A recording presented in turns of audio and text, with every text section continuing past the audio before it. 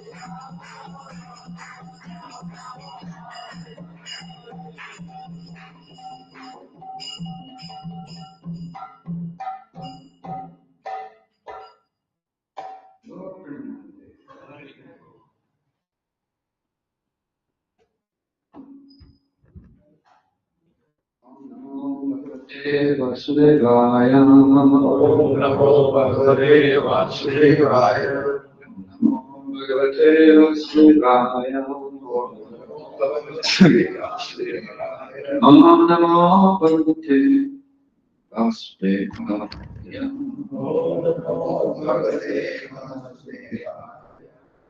Reading from Srimad Bhagavad Gita, chapter 6, entitled Dhyana Yoga, text 41. Really? Text 41? We didn't read it last time. Most of the commentaries. Huh? Remove explain it. And before it, Satavado explained it. Commentaries. Commentaries. So now I'm explaining without commentaries. This is first time for 641. It was for 640. 6.40. Okay, so what do we remember from previous verse? Yes? Transcendentally so that auspicious activities does not mean destruction even in material or spiritual world. Okay, transcendentalist who performs spiritual activities doesn't mean destruction either in this or in the next world. So those kind of spiritual activities are eternal activities, and they carry eternal benefits. So nothing's lost. Nothing's lost, because that's what we are still discussing. Arjuna's doubt, right? Is asking, what if I take to the spiritual process and I don't complete it? Then what will happen? Nothing will happen. No loss. No loss. No loss or diminution. Whatever one has done, great, to your eternal credit. Yeah. You will start where you left off. Is there anything like this in the world? You start where you left off? Still difficult, no? Still difficult. Maybe. You leave your studies. Anybody wants to leave their studies? So then later on you kind of think maybe I should continue. But it's not so easy, no?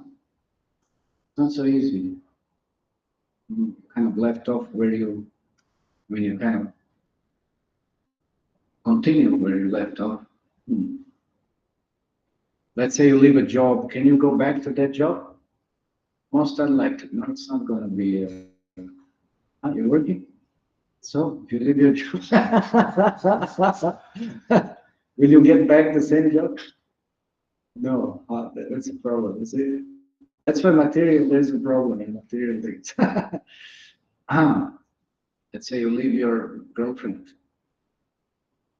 and you go back to your girlfriend. Sometimes it happens. It's like what-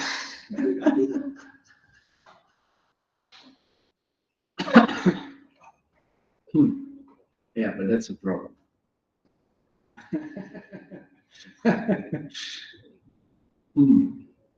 But the difference, you know what is the difference? So my question is, what is the difference? Sometimes, okay, material can go back to where it left off. But there is a difference. There is a difference. The feelings are never the same. No, forget about feelings. That's there also, but still something else. Okay, that's part of what? Part of what? The essence of Hands. We have some little norm here. So nobody wants to speak except me because I have mic, so I can. Others have to raise their hands. Okay. the essence of what you are doing right now. And if you leave it and then you restart it or try to go back to it, in the spiritual world, the essence remains the same, but in a materialistic world, Okay. What else? Even karma itself, right?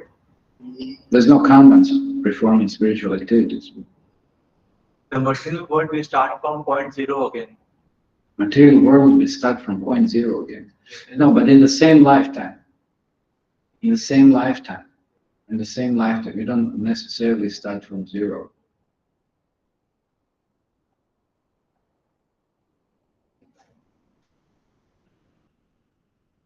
But in the same lifetime. You may talk about different lifetimes, that's there. In the same lifetime. Think about it. You want to say something? No, then.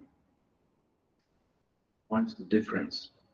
The nature of material world is to See, like, okay, another thing is, there is an experience. You've seen it. Let's say devotees practice spiritual life. And for whatever reason, they're unable to continue, willing to continue, whatever it might be. And then what they do, they go back exactly where they left in material. Pretty much similar propensities, activities. That's karma. That is karma. You go back pretty much, at least attempting or being attracted to what you just did before you came to Krishna consciousness. So that's karma. Karma forces you. You have no option then. You're back where you started.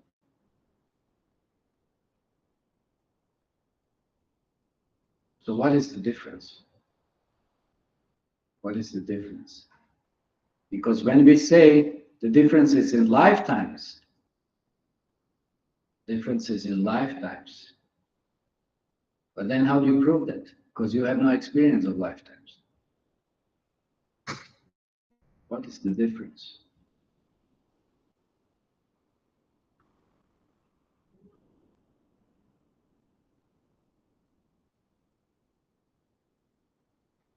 No one has an answer. Yes? the nature of material world is to change. Nature of material world is to change. Change what? Change. One is getting changed. Always getting changed. Always getting changed. Oh, the material world is always getting changed. Okay, so? Spiritual world is not like a But you're not talking about spiritual world. We're talking about one lifetime experience. I want everyone to think a little bit about this. What is the difference? Not that you just keep on talking so many different things, at the end you don't remember any of it. Anyway, but that's why I want you to start think a little bit, trying to focus you still. Okay? To get back to the normal material things, it is like the same, but it gets much more harder. Stuff. Okay, he said that when you go back, then it becomes harder. spiritual things. Yes, once somebody also told me the other day, it's more harder to think about material things once you've tasted Krishna consciousness. Taste is not the same, propensity is the same, but the taste is not the same. Because you've tasted something better, and nothing can compare to it. No.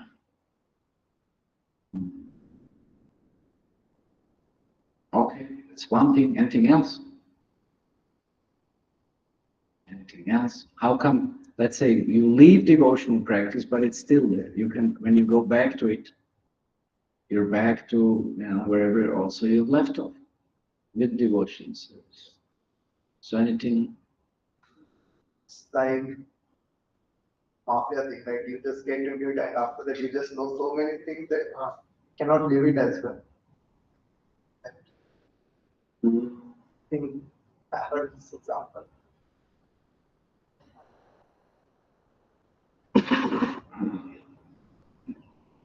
When we left the social service, You have personal experience?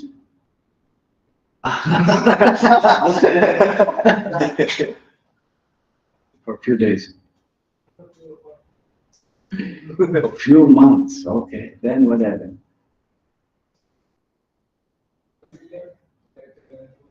Okay, when we leave devotion apart, then what happens?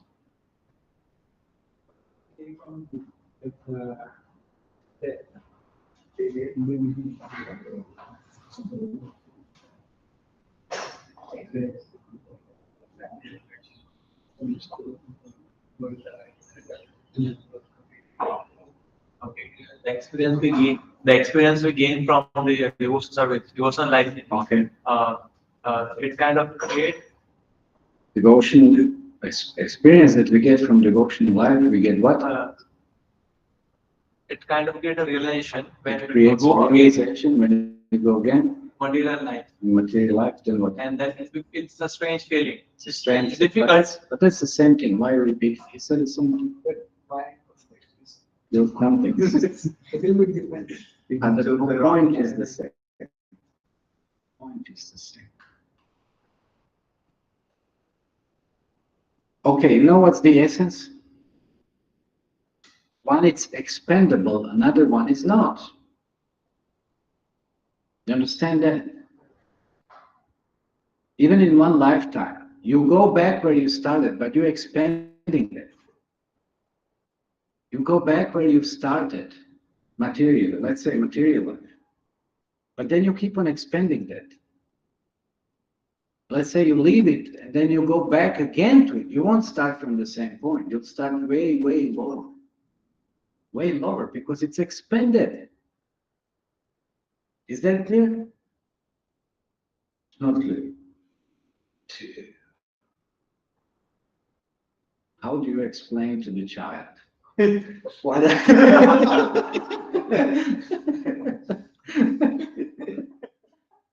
The greatest Upanishadic philosophy. They should start these stories of Pancharatra or something. Panchatantra. There was one tiger, and then how is that not clear, Baba?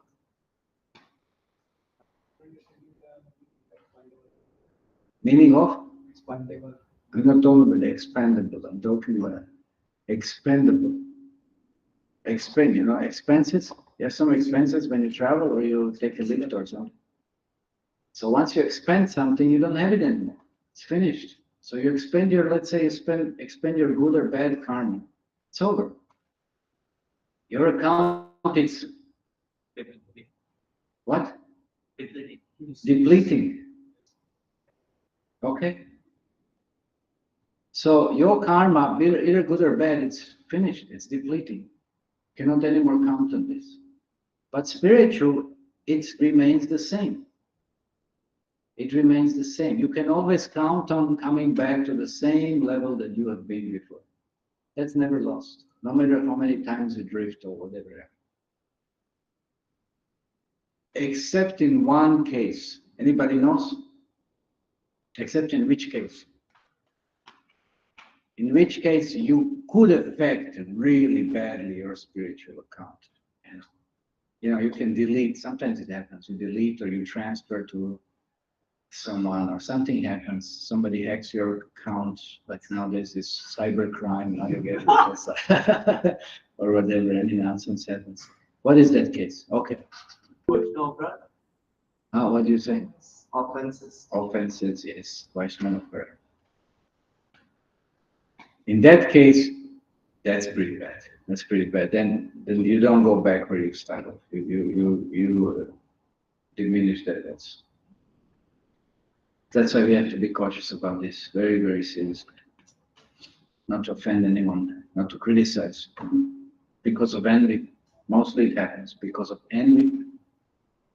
We find a fault in someone else to gratify ourselves, represent ourselves as better.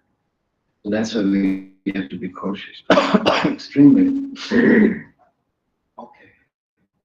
So that's why nothing's ever lost. And yes, even those who, whatever advancement they make in one lifetime, partially, that's also that exists in material world, spiritual world. Spiritual activities are eternal. Benefits are also eternal. Okay, any other points from last discussion? If you don't do services for Krishna, you gain nothing. If you don't do services for Krishna, you gain nothing. What's that mean? Who said it? I said it. That's why I don't know what you wrote, but I don't know if I said that. What's the context? I mean, that's what we were talking. You get. Who said you don't get? If you follow Krishna's path, even indirectly, meaning you follow some dharma, knowingly or unknowingly, you get some punya. It's not you don't get nothing. You get something, but that something it's not worthy of anything. That's another discussion because it's temporary, and it's just misleading and wasting your life. So that's the problem. at that point we spoke that the more Sundari you have, the more trouble. The more what? The more Sundari you have, the more trouble. Yeah. Well, that's that's material. Yes. The more enjoyment you have in any sense, the more implicated in reactions of it you have to. So. Okay. Anything else? From Narayana Muni that one performs occupational duties successfully gets nothing. Okay. So if one performs one's duty, he really gains nothing. You don't really gain much. But if one surrenders to Krishna, he has everything.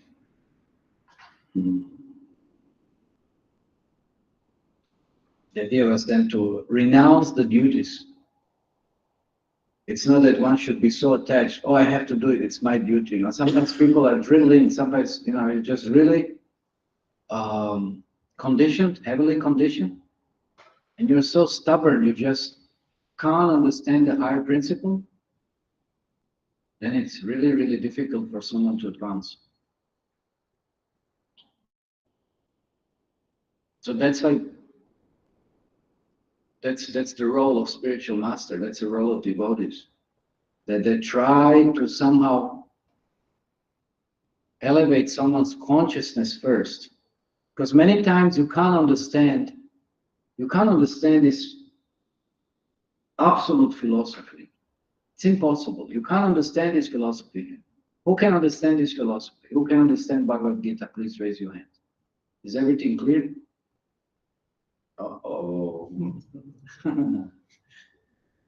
It's doesn't. Okay, who had read Bhagavad Gita once and understood everything?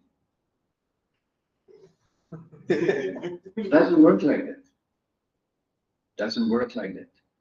And especially when you try to instruct someone, pointing that how they could change their life for better, but they don't agree to it because they just are so conditioned to their whatever earlier lifestyle. becomes so difficult to elevate the consciousness. So then what is the means of a devotee presenting this highest philosophy and making someone accepting and that philosophy and using it in their life as a practical means? So what do you do about that? Because you'll find people, they'll say, I just don't agree with that. I just don't relate to that. You may say whatever you want to say that Krishna has said or whatever this and that, but just it's not my cup of tea or whatever. It's not, it's just I can't. So then what do devotees do?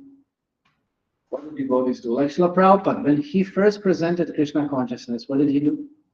Did he start talking about Upanishads and Bhagavad Gita and this and that? Immediately, what did he do initially? Initially, what did he do? Who knows? Who had read, who had heard what Srila Prabhupada coming to the West? What did Srila Prabhupada do? Yes. That's it. He just used to make them chant and distribute prasada because that will elevate one's consciousness. That will purify one's consciousness. Once you have higher consciousness, then you can understand finer intricacies, nuances of spiritual life. Otherwise, you cannot. It's like you're talking to someone and you're talking to a wall. They won't get it. They just won't get it. Or you're shooting above the heads. There's no use of it. You're wasting, ammunition. No? So when you're talking to someone, you're trying to present something. That's why one of the most essential principles is like, what is the ninth offense to the holy name? Who knows that? Nobody knows the other. How many of you are chanting Hare Krishna mantra? Okay. How many chant to everybody's chanting? Amazing. How many chant more than 4 rounds? Some hands are down. You're scratching or your hand is up? Okay, that's good. But you should all know what are the offenses. We said just now in the beginning, like offending the Vaishnavas, that's the most dangerous thing to do in life, no? Spiritual life. So then if you offend the holy name, that's also part of it. So what are the offenses? We had a few classes before just on these offenses, and still some of you still can't get it. Every day you should recite this. That's a principle. It's a duty. Every day you should memorize. You should just know it by heart. When somebody, like they say, when somebody wakes you up at night, what are the 10 offenses? If you don't know this, but then how are you going to progress in spiritual life? Because you don't know what it's to be done, what it's not to be done. So how will you know? I'm not going to go through it again. I'm not going to go through it. You should learn what are the 10 offenses. If you want to be successful in your chanting, then you should learn, which is the process. You should know what are 10 offenses. That one should do and one should not do. Anyway, 9, it's to instruct the faithless person about the glories of holy name. Should not do that. Should not give them certain instructions which they cannot digest. And sometimes it said it's just like feeding serpent milk, no? Just increases the snake's poison. No, one should not do that. So that's why when we present something, we should know what level that person is, what consciousness he has, what conditioning he has.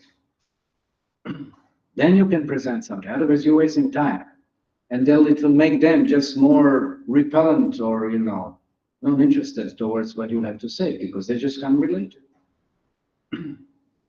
But everyone can relate to some bhajan, no? When we chant Hare Krishna, Hare Krishna, Krishna Krishna, Hare Hare, Hare Rama, Hare Rama. No, everybody can relate to that. No, it's easy. It's very easy. And if I bring some nice, I won't say what, we'll see what we have there. Some nice prasad, everyone can relate to prasad. No. And then through that, Just like there's a saying, what is the closest and fastest way to someone's heart? Stomach, yeah, but it's not stomach, it's tongue, actually. It's tongue. So prasadam, no? Then we present his highest and most essential philosophy. And then someone can start relating a little more and more. Now, you start eating prasadam, your consciousness changes, your understanding changes, your clarity changes, your absorption changes, your understanding changes. Then you can appreciate. Otherwise, it doesn't work so well. Therefore, many times people do get presented with, let's say, spiritual knowledge, but very high spiritual knowledge, and they have difficulties, accepting it. Because they just can't get it. It's just too fantastic for them. It's just too whatever. Outwardly. Because it is outward. It's spiritual. Okay, so that's why one who just performs dharma, his duties, that's not a guarantee that one will become spiritual. That's not a guarantee. So one should not just be so stubbornly attached to, yes, I'm doing dharma. Okay, you're doing dharma, but then what's the highest dharma? That's the point. The highest dharma is, what is the shloka? 18th chapter Bhagavad Gita. 1866. Who knows the shloka? What's the topmost dharma?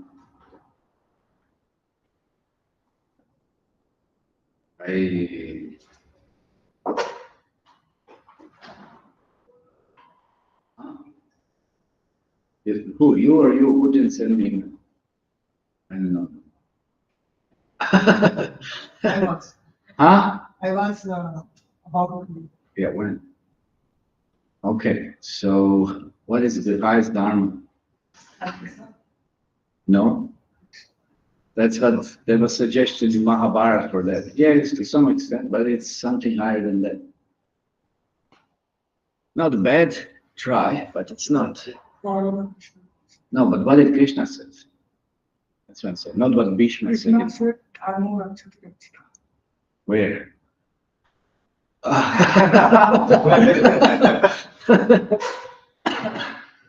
Krishna said, Sarva dharma harityaja mamekam saranam jagraham tvam sarva bhakti mokshesham mahacha. Just surrender unto me. That is the highest one. And follow my instructions. So that's why there's nothing lost if one leaves material dharmas, but fully engages in practicing what Krishna says. But it's pretty entangling if one still stubbornly, becomes attached. Because what it's following dharmas, it's still not transcendental. It's not necessarily still fully transcendental. That's why you will find in the scripture, sometimes Krishna will test his devotees. Are you attached? What are you attached to? Are you ready to follow what I say? Are you ready to follow my instructions? Just like we know, most famous example, Yudhishthira Maharaj, no? Krishna told him, say this, and he said, that's not true. Well, I said what it says. Now what to do? Yeah, so now what to do? What to do? So you're going to follow Krishna, or you will be very stubbornly, attached to your conception of what should be done, what should not be done. There's another example. Sudama Brahmana. You know Sudama Brahmana? You've been to Ujjain, Avanti province? Somebody been to Ujjain? There's Sandipani Ashram where Krishna and Sudama Brahmana have studied together. So they were school friends. So later on, when Krishna shifted to Dwarka, Sudama Brahmana lived pretty nearby. There's one place which is known by some politician's name, Porbanda. So Sudama Brahmana was from there. But that's what actually the place is famous for. Sudama Brahmana lived there, and then he was so poor that, anyway, his wife somehow forced him. You have such a wealthy friend, go and get something. There's no other option then. She considered like that. So he said, okay. But he didn't go because of that. He was very happy to go. He'll have okay, I have an excuse to go and see Krishna, my old friend. That's the point. So with that devotion, confirm, with that devotion, he went to see Krishna. And Krishna was so pleased that he begged little bit. There's a, you go to someone's place, you're supposed to give something, You don't come empty-handed. It's culture. So Sudama Brahmana begged some cheap rice. And it was already old and stale, and it's like so. But there was nothing else, so he brought that. And Krishna, but he was hiding, It's like it's not worthy. I mean, he saw Krishna is living like, not like a king. Krishna was a king, more than a king. So then he said, how can I offer this? So then he was hiding. And Krishna said, what do you have? So then he was exposed and he had to give. And Krishna was taking and he was relishing, he was enjoying, he was like in complete ecstasy. And Rukmini saw that now it's enough, You made yourself so obliged by taking, his offering to you. Now it's stop it, So somehow she stopped Krishna, prevented him from further taking that. Even Krishna was relishing what? Krishna was relishing bhakti. Sudama's love that was infused within that chitra. So then Krishna asked Sudama, how come that you have come? And he didn't even say why, but Krishna knew, of course. And then he didn't try to call his visit, he didn't say anything. And then he went back. And when he came back, he was lost. He said, where's my home? It's like you come to your home and there is no your home. Your home is not there. Like sometimes you live in some building now. And new builder comes and he demolishes your old building and makes you other story in a new building. Now that's what happens in Mumbai now. And you get a flat there, something like this. There are some things there. So Sudama came there and then he said, that's supposed to be my hut here. But there's some palace, what some rich man came and kicked me out of something to the palace or something other than Krishna had manifested the whole palace for him. And then he said somebody's coming out of that palace running, so joyful in ecstasy, couldn't recognize. It was his wife. Because she was all decked with so many servants and everything, it's like. So then he had to accept it. So what is the point? Krishna made Sudama renounce his renunciation. Because he was attached to that concept of mode of goodness. I'm detached. I'm detached from wealth, I'm detached from opulence, I'm detached from recognition, from any facilities, I'm detached. But Krishna gave him all of that so that he can use it in Krishna's service. So we have our conceptions, this is Dharma, that is Dharma, whatever it is, that. No. But Krishna has his own. And again, the highest one is what? Are you going to use it for Krishna, or you just have your own misconception and you're just using that for your some kind of self-aggrandizement or whatever, lava puja and pratishtha? Or you're still, whatever, you're trying to be a devotee or something, but you're attached to different modes, in this case is mode of goodness. That's not pure bhakti, it's mixed. So Krishna will also, by his mercy, that's why he said, I take away all the obstacles on the path of devotional service. I purify all of that. So those who are dear to me, I take everything. Even your conceptions of Dharma, even that. That's Krishna. Why? Because if you get, then he will give himself. Then Krishna can give himself. And then when you have Krishna, what do you need anything else? We are so foolish. We think something else is important. So even your conception of what the Dharma is, even that has to go. That has to be renounced. Yeah. So this is why when we perform even so-called Dharma, of course nowadays who is doing any Dharma? That's like a joke. Yeah.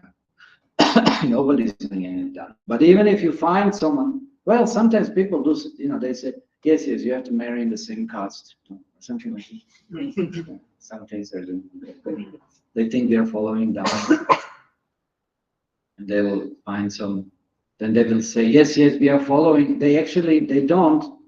Means like there's one boy from Uttarakhand, and somebody found a girl, and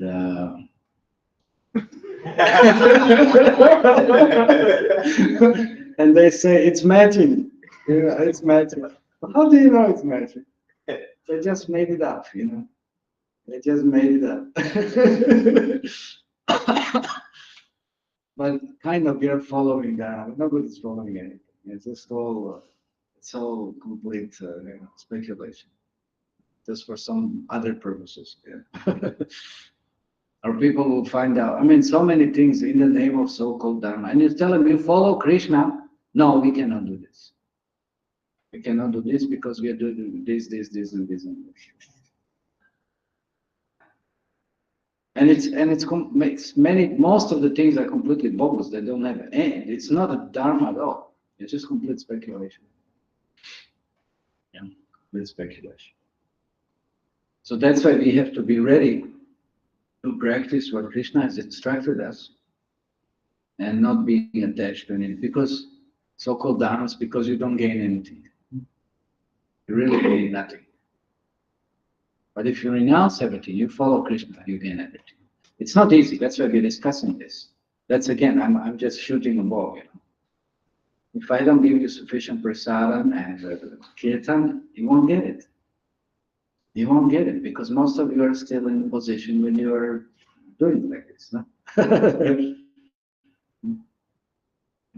What does that mean? Maybe okay theoretically to some extent, but practically still far away from it. It's not easy because this is the highest absolute philosophy, which leads to highest absolute position, which is our Swadharma. Talking about dharmas, that's our absolute Swadharma, serving Krishna. But we are still attached to serving someone and something else. But anyway, we have to point out, because Krishna is, for our benefit, mentioning those higher principles, highest principles, so that at least that we are aware of it. We are not in ignorance thinking that something else is the highest principle. So we should be clear about that. Okay. Oh, this is very interesting words. I mean, the purport, in the purport, Prabhupada said, those who are after fruitive results for sense gratification may be elevated to a higher standard of life, even to higher planets. That's what everybody's looking nowadays for, no? Everybody wants some gratification. I come to why do I come to temple? Because I want better material facilities, no? I pray for better position, with more money, better wife, and whatever this thing. But still, Prabhupada said, because they are not free from material existence, they are not following the truly auspicious path. It's not auspicious, it's temporary, it's expendable. There's no benefit in it. You waste your time. You could worship Krishna and get an eternal account, whereas you're just filling your temporary account, which is also many times leaking. I have a glass with the holes. You put in water in it, it's leaking up. That's also going on. What's the use of it? What's the use of it? So that's why any material activity is just hopeless, useless activity. So the real essence is directed to the ultimate realization of Krishna consciousness. That's what it's auspicious. And that's why no one who is trying his best in this matter need fear degradation. Nothing is lost. Okay, any questions on this? Whether the story of the after the you say I'm asking questions now. So there's no storytelling now. A few minutes on. So, yeah, I knew that you need a story, but.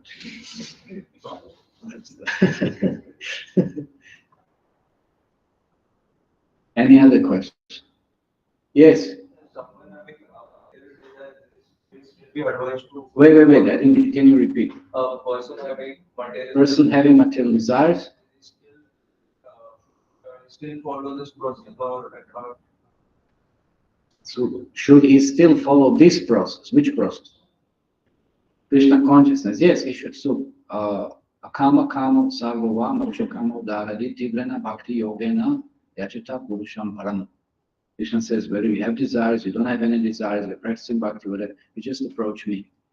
It's always, whatever it is, still the best is approach Krishna. Krishna will work it out the way it's best for us.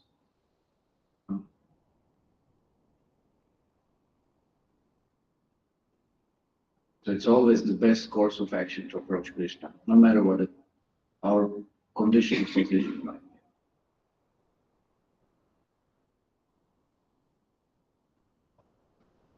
But you feel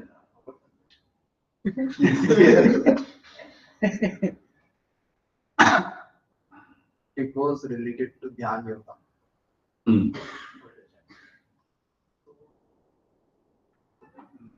I mean, you know, speculating. The Dhyan Yogi gets. Realization that Jnani Yogi gets what? Well, it's the knowledge, right? Jnani It's can the soul. be, is Jnani, basically Jnana means leading towards realization of Brahmajyoti. Brahmajyoti realization. So, but they realize something, right? So it's mostly in person. Yeah, they realize that they have nothing to do with material world. They want liberation. They have nothing to do with material body. But that's it. They realize that they are soul. And they realize that they're soul, So yes. when the person realizes that he is a soul, then time does he remembers all his past lives? Why do you want to remember a past life? No. Why do you want to remember a past life? Remember in past life, I shaved your head, or in past life, somebody did something to you and something happened to this. And I don't want to go through all these traumas again. But it is also said. Why do you want to remember your past life? That's Krishna's mercy. We don't remember past lives, no? What does this have to do with Brahman realization? Remembering past lives. What does that have to do with Brahman realization? I mean, it's the same way the yogis who practice Siddhi also, right? So, Yogis who practice what? different Siddhas. Okay, siddhis. Okay. Yeah. They also do the same thing. No, they realize Parama. It's not the same. What are you talking about? Jnana yoga or dhyana yoga? Jnana Yoga. You're talking about dhyana yoga. Yeah. But you said jnana. It is. I'm really sorry. Well, I'm also really sorry because you're misguiding everybody. They're talking about dhyana. Dhyana yoga realizes Parama, but also it can end up in a personal way. And that's very misfortunate for the dhyana yoga. Because he's already on the path of personalism and higher aspect of realization of the absolute truth, and then he slips down to the lower level of jnanis, he missed out really bad. Okay, 9 o'clock. Stop here. Srila Prabhupada ki jai, and Bhagavad Gita ki jai. Lord Premanand,